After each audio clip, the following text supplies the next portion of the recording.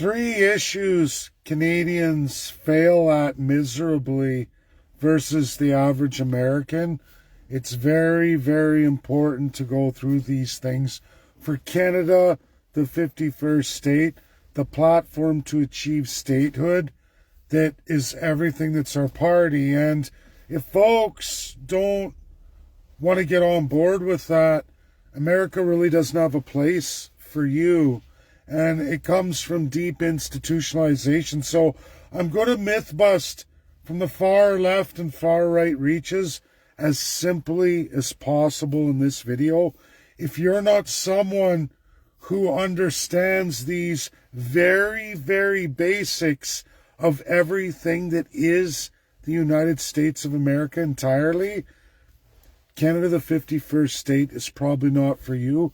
You're involved in it for all the wrong reasons, and you're always going to have conflict with your posts and your comments, and we can't take these kind of folks forward with us. It's called, you want all the privilege of America without any of the responsibility and accountability. And the more people that come on like that because it's a great idea to get citizenship in the United States, well, Americans in moral majority don't want these kind of folks. So it's either learn, which I love to teach, or go back to your crown because America doesn't want you. That's a fact. And I'm going to go through these three simple items that are undeniable. Canada versus the United States, separating the two right off the hop. In the United States of America, there's only two types of Americans. Republican constitutionalists that are originalist, or they're interpretive. That's it. This is better known as Republican or Democrat. Now, you're saying, well, wait, Dave, there's a Libertarian Party divided in half. You'll find, I know at least the former Libertarian leaders, both American and Canadian, very well. The American's still there, not the Canadian. But folks, Libertarians are divided in half equally in that party. Half are originalists, half are interpretive. That's how they go with their policies towards rights and freedoms. Way down here, we get all these rights and freedoms, but one half says, well, we're going to interpret those. The other half says, no, you don't. We rely on the Constitution of the United States as it was written in all years, does not matter. Those texts, originally as they're written, not up for interpretation. That's the Constitution. That's what it says. That's what it means. Interpretive says, well, that's what it says, but it meant something differently at a time. America was much different. We're a new America now. We're going to interpret it as we see fit today, using outside methods even in other country ideas of today, because we think Americans would like that. These are the two differences. That's it. Now in Canada, there's a big problem. Nobody even reads the constitutional acts of Canada. Gonna have to go on the move. I notice when I do videos that are critical, I get zapped. So now I gotta go mobile again.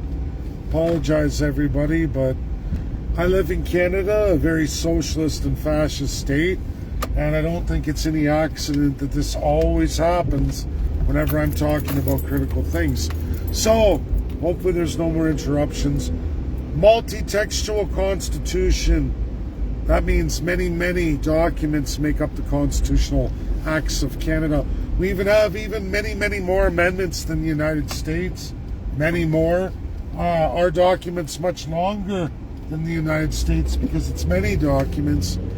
And nobody knows what they are. Your average Canadian, unlike an American, they don't know where to go to find it. And even if you do go bring that together for them, they are 99 times out of 100 unlikely to read it. It's pre-programmed into them as subjects, and even Indian Act savage peoples to find. They will refuse to read it. They don't know why, it's a slave mentality, but that's the reason why. Because when you read the document, if you've read the American constitutional document with all of its amendments, you will get upset very quickly. You'll realize that, hey, these documents don't match at all. In fact, it doesn't even speak about me as a person. It tells me about all these glorious people who are way above me in society that I can vote for, or people that those I voted for appoint, and they have all kinds of extreme autocratic powers over me. There's even an oath. There's an oath of allegiance to a foreign monarch where you give up all of your freedom. You serve that monarch. Whereas in the United States, clearly, in their Constitution, every American swears to the Constitution of the United States that is to we the people. All police officers must serve the people. It's all defined there. All branches of government must serve the people. Their primary mandate. In Canada, the people are to serve the government and give everything of their sovereignty to the government, and even all those that the government appoints. So they're completely 180 degrees opposite. So first we have originalist and interpretive. In Canada, there's no such thing. It's called subject to the documents that are the constitutional acts of Canada. Many documents. You're subject to those people who tell you how it's going to be and interpret it any way they see fit through what's called a king's court. Depending on any given situation, they'll decide with that government that you've elected into power and all those they appoint, they'll decide for you. And law enforcement, the judiciary, the military, all are sworn to protect from highest in government, which is Prime Minister, all the way down to lowest. Now, that brings me to the next point. So USA, it starts with the people. That's the primary mandate of law enforcement, the judiciary, the government, the military, the police, absolutely, right at the community level, the smallest of community levels, okay? Not that way in Canada. It's opposite. Federal system moves police forces all around and appoints them to your community levels from a federal centralized system with a mandate to protect the highest political status on down to finally you, last place, you the people. Now, as I said, Prime Minister, President, two constitutionally different things. One, the President is easily found in the United States Constitution and some amendments to that in term limits, mandating 2 terms, no more than 2, unless it was like Kamala Harris, who finished off for Joe Biden, or the situation of Ford for Richard Nixon. They're allowed to finish a presidency that they weren't elected to if they were a vice president, and they may serve a maximum of 2 terms. Donald J. Trump gets 2 terms of office. He's in his last term. Absolute. All Republicans will say, yep, that's originalist. That's what the Constitution says. That's what it is. Now in Canada, again, it's open up to interpretation. And while the president has defined powers very easily, Canadians, it won't take you but 30 seconds with an Article 2 search on your phones, tablets, or computer. You'll see a very short list of the presidential powers. Very tiny list. Not very much at all. That is all the president is allowed to do. Interpretive or absolutely originalist, that's all they're allowed to do. All they're allowed to do. Nothing more. Nothing more. They even put limits in those powers as to where the president derives their power from once elected. Even in those, some of them terrific powers, they have limits. They have some major limits there. president isn't so almighty and powerful. Now, globally, with all countries around the world, treaties, president's got some massive stroke. Absolutely. Originalist or interpretive. But other than that, the president's extremely limited. Now let's rip on over to Canada's Constitution that no Canadian wishes to ever read. One, there is no article called Prime Minister. In fact, the Prime Minister doesn't have any definition at all in the Canadian Constitutional Acts that are expansive and massively more length than the American Constitution. Extremely complicated comparatively, multiple documents, but it doesn't matter. Get all of those together, the Prime Minister isn't defined. But all through the Constitutional Acts of Canada, everybody else is. Some seriously powerful autocratic positions, many crown positions, way above all the people. You're not even listed there. They tell you about all those crown politicians either you elect and the massive major amounts that those you elected appoint and all of their serious powers. And all along the way, Prime Minister's title comes up. This person gets all of these powers unrestricted, except for the fact that Prime Minister appoints them, and they're sworn to Prime Minister. And then it goes to their definition, all their sweeping powers. It goes down like that, but you find over and over there is a definition of those people and whom they are appointed by and whom they're subject to. When you go through all the branches of government of Canada, you go, wow. When I look at all those 156 pages of constitutional acts of Canada, Prime Minister's got a crap ton of power at the end of the day. That the Prime Minister rules the legislative branch of government autocratically. They're bound and sworn to him. They rule every branch of government, even all the courts. They rule the military. They rule all the police. The police are sworn to them. The military is sworn to them. So folks, these three basics that are absolutes of what is America and what certainly is not Canada, what certainly Canada is not America in any way, shape, or form. In fact, Prime Minister is the world's greatest tyrant compared to the President of the United States. If you were to measure them, they are absolutely not even remotely the same or even in a realm of anything alike. They're completely on opposite sides of spectrums. If President is white, Prime Minister of Canada is black, right? If President is at the very bottom, while Prime Minister would be at the very top. Do you understand about absolute opposites? Canadians, Americans know their system very well. They know the limits. Canadians have no clue, none whatsoever.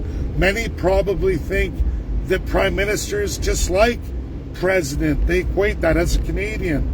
And this is what terrifies Americans when they look at it, when they really look at it, at least in academia. And if folks want to ever challenge me on any of these things, it's not valid.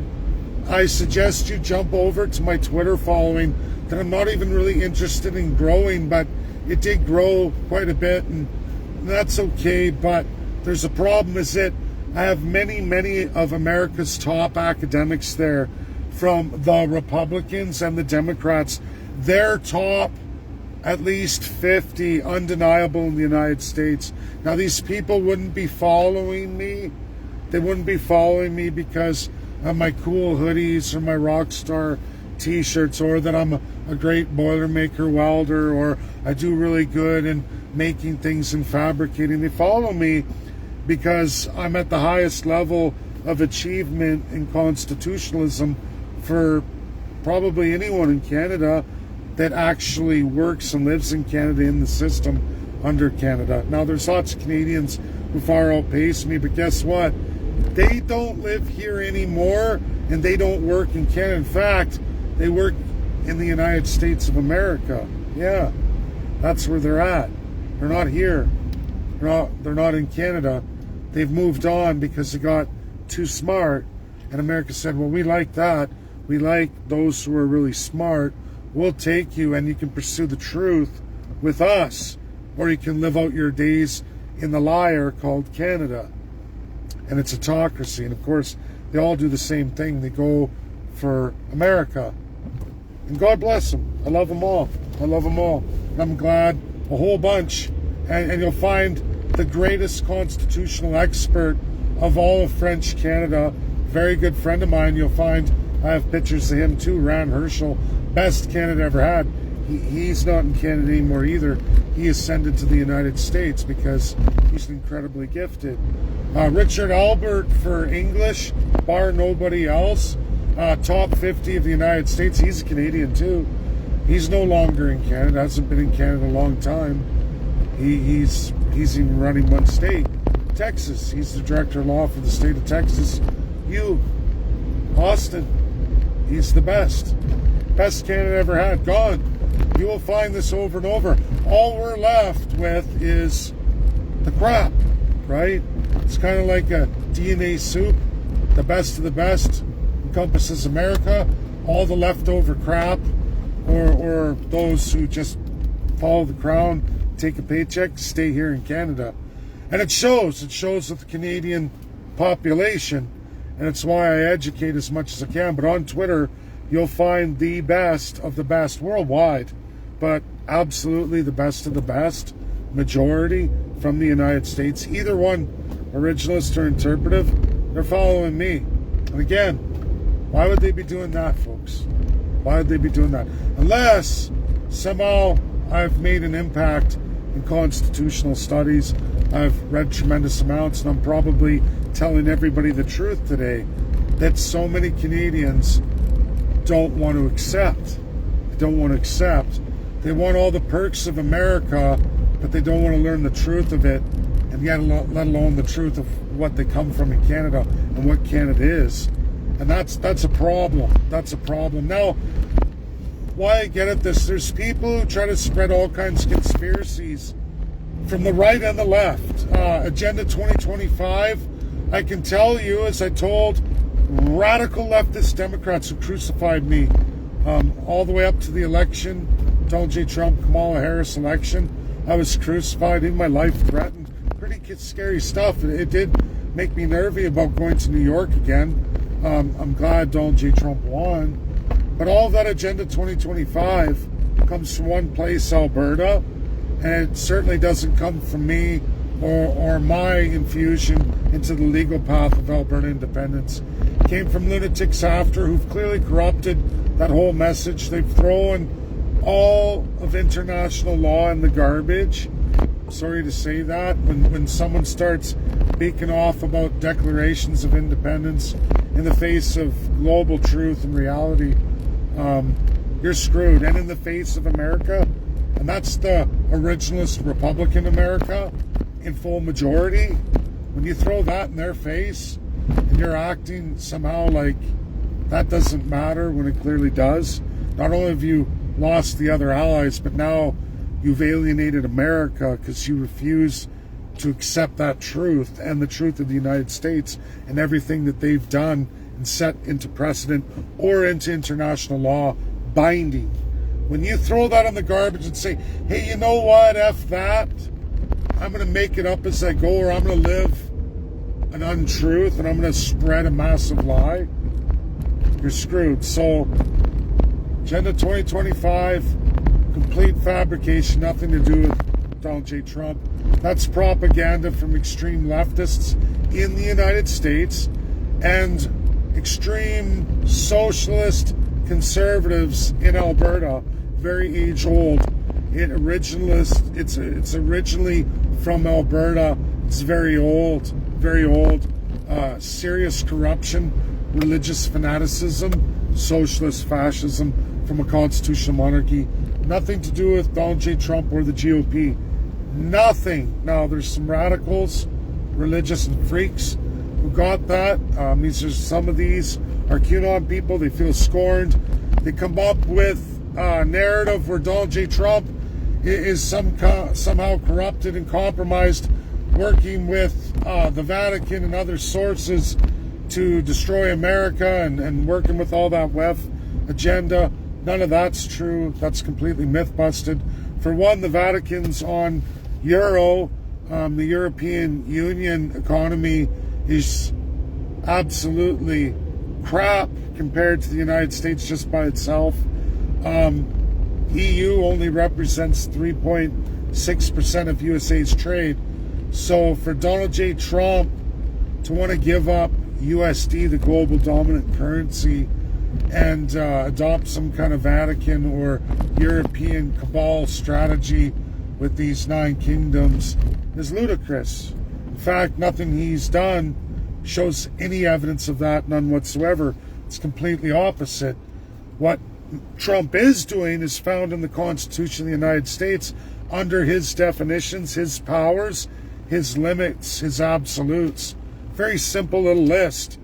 Anything outside of that list, Donald J. Trump isn't participating in, which makes all these things lies, pure on lies. And most Americans, whether they want to admit it or not, Democrats may not want to admit it, but those with the higher education and a good grasp of civics will throw all that in the garbage. Alex Jones has no place in the Trump administration, none whatsoever. He's completely outlawed from the GOP and the Trump administration. If folks didn't know this, from many, many myth busts, you should know the worst being Sandy Hook, the devastation to all those families of that small community and all those parents and families just completely attacked and eviscerated while their children were dead and they were mourning the most tragic thing that could ever happen to any parent. And so many of these Alex Jonesers come forward with this crap or love him. That will never get you 51st state, and that will never be on our platform or entertained.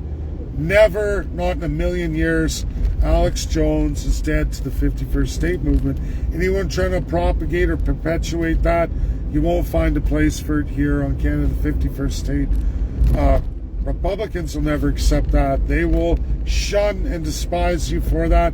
If Canadians are this foolish, I don't know what to tell you. Please, there's just no real place for Alex Jones or sharing that stuff. I block it all the time. The Illusionists Canada, Mythist Canada, they never shed any of the constitutional acts of Canada. They ignore huge swaths of it. They pick amendments regardless of what's been changed after, since, or during times. They refuse that. They've made up phony narratives, completely myth busted a long time ago. Americans hate that kind of nuttiness too. They really do. They know their Constitution, especially their amendments and their rights. They don't want any of that kind of nutty kind of Canadian. And that's the right side of things. This is the fringe lunatic culty side of Canada's population, really fruitcakey, all not going to ever be a part of 51st state. We can't. It will alienate us from the United States. We might as well just pack up our bags and forget 51st state. Now on the right side, there's massive crazy lunatic too. DEI, anyone presenting any of that, speaking about equity, inclusion, or diversity, or Canada's system of immigration as good. This is a lot of the leftists, most of them in fact. You will never find a place in Canada, the 51st state. That's all outlawed in every state of the Union. You can't get an enabling act from Congress if you try to put forward any of those inceptions. Folks, Canada, the 51st state, people ask me this all the time. Well, what are you going to promise or what are you going to give? It's not for me to promise nothing. That's not how the Enabling Act works. You, the Canadians, will get an imposed design from the Congress of the United States, like every other state of the Union since the 13, and you will be given roads and avenues you have to stay in. You can make up all kinds of things, but it's you, the people, in every town hall, community, city, you name it. Every Canadian will participate with your ideas in the lanes of what is an American state. There's lots of interpretation up for you, the people of Canada, to figure out if you follow that platform. I won't be writing that or promising nothing. All I will tell you is what the outline of what's required to be a State of the Union. But I will not write it for you or have anyone in this party write any constitution at all, because USA won't accept it. Not only do all the Canadian people and all the First Peoples, after they get all 4 laws of the American Indian citizen imposed, that's before and during the Enabling Act, they're going to do all the settlements America imposed federally, not any Canadian or any Canadian politician. That will be between Canada's First Peoples and absolutely federal United States of American government, who will settle you out at 1/50th, and some will get a lot more because they were denied so much before. Others, everyone's going to get a lot. Let's put it that way. Every group, according to American laws, imposed that no Canadian's going to have a say over. None whatsoever. So you can forget about that. A 50th of Canada, which when you divide Crown lands, it's probably a little bit more than that, will be imposed by the federal government of the United States, whenever and whoever that is. That'll be imposed. Not Canadian people deciding that. You don't have a say. You only have a say in designing your Enabling Act. Again, all the people of Canada. And then you have a say to approve that in a referendum. That's expected of you, the United States. That's law in the United States. Binding. Absolutely undeniable law that can't be changed. And you, the people of Canada, decide that. Just as the First Peoples, after the settlement and the imposition of the 4 American Indian citizen laws, meaning you get self-government, self-determination, massive lands back, you get all your resources, you create your own governmental systems. Yes, the federal supplements you and all kinds of stuff, but you've got to design your constitution the same manner as the Enabling Act, every single band. Those who don't get nothing. Those who do get all these magical, wonderful things. The power of a state in their band. At the same time, Canadians are doing their State of the Union, 51st state. Canadians have to go through all that and cement the Constitution. Then they have to approve it majority under referendum. That's it. That's all there is. So any other narratives by radical fringe leftists, radical fringe right-leaners, supposedly socialist fascists, I say all of them, even though America may not narrate it that way in Webster's, the Russian Lexologos does. They highlight this epically. It's a republic. USA just looks at you like you're all communists. They don't see a right-left, a blue-red. They think you're just one big fraud commie. That's how they look at it. And that's just the way Webster's is. They've only ever looked at communism. So that's all they look at. No, they look at monarchy as a communist style system. That's all it is. That's how they're going to look at it. And that's how they're going to treat you.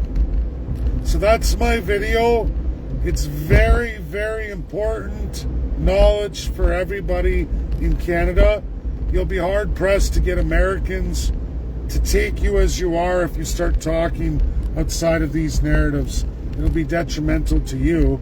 And regardless, I won't be taking it forward. Any of this I just went through, people who aren't under that understanding, you're not going to get any platform or stage, and you'll just be ignored. Your posts will be denied.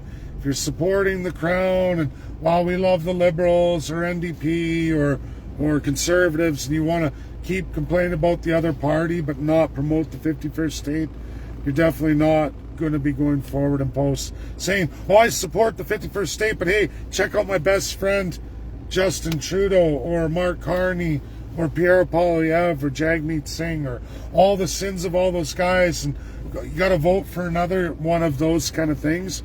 America doesn't want you kind of people.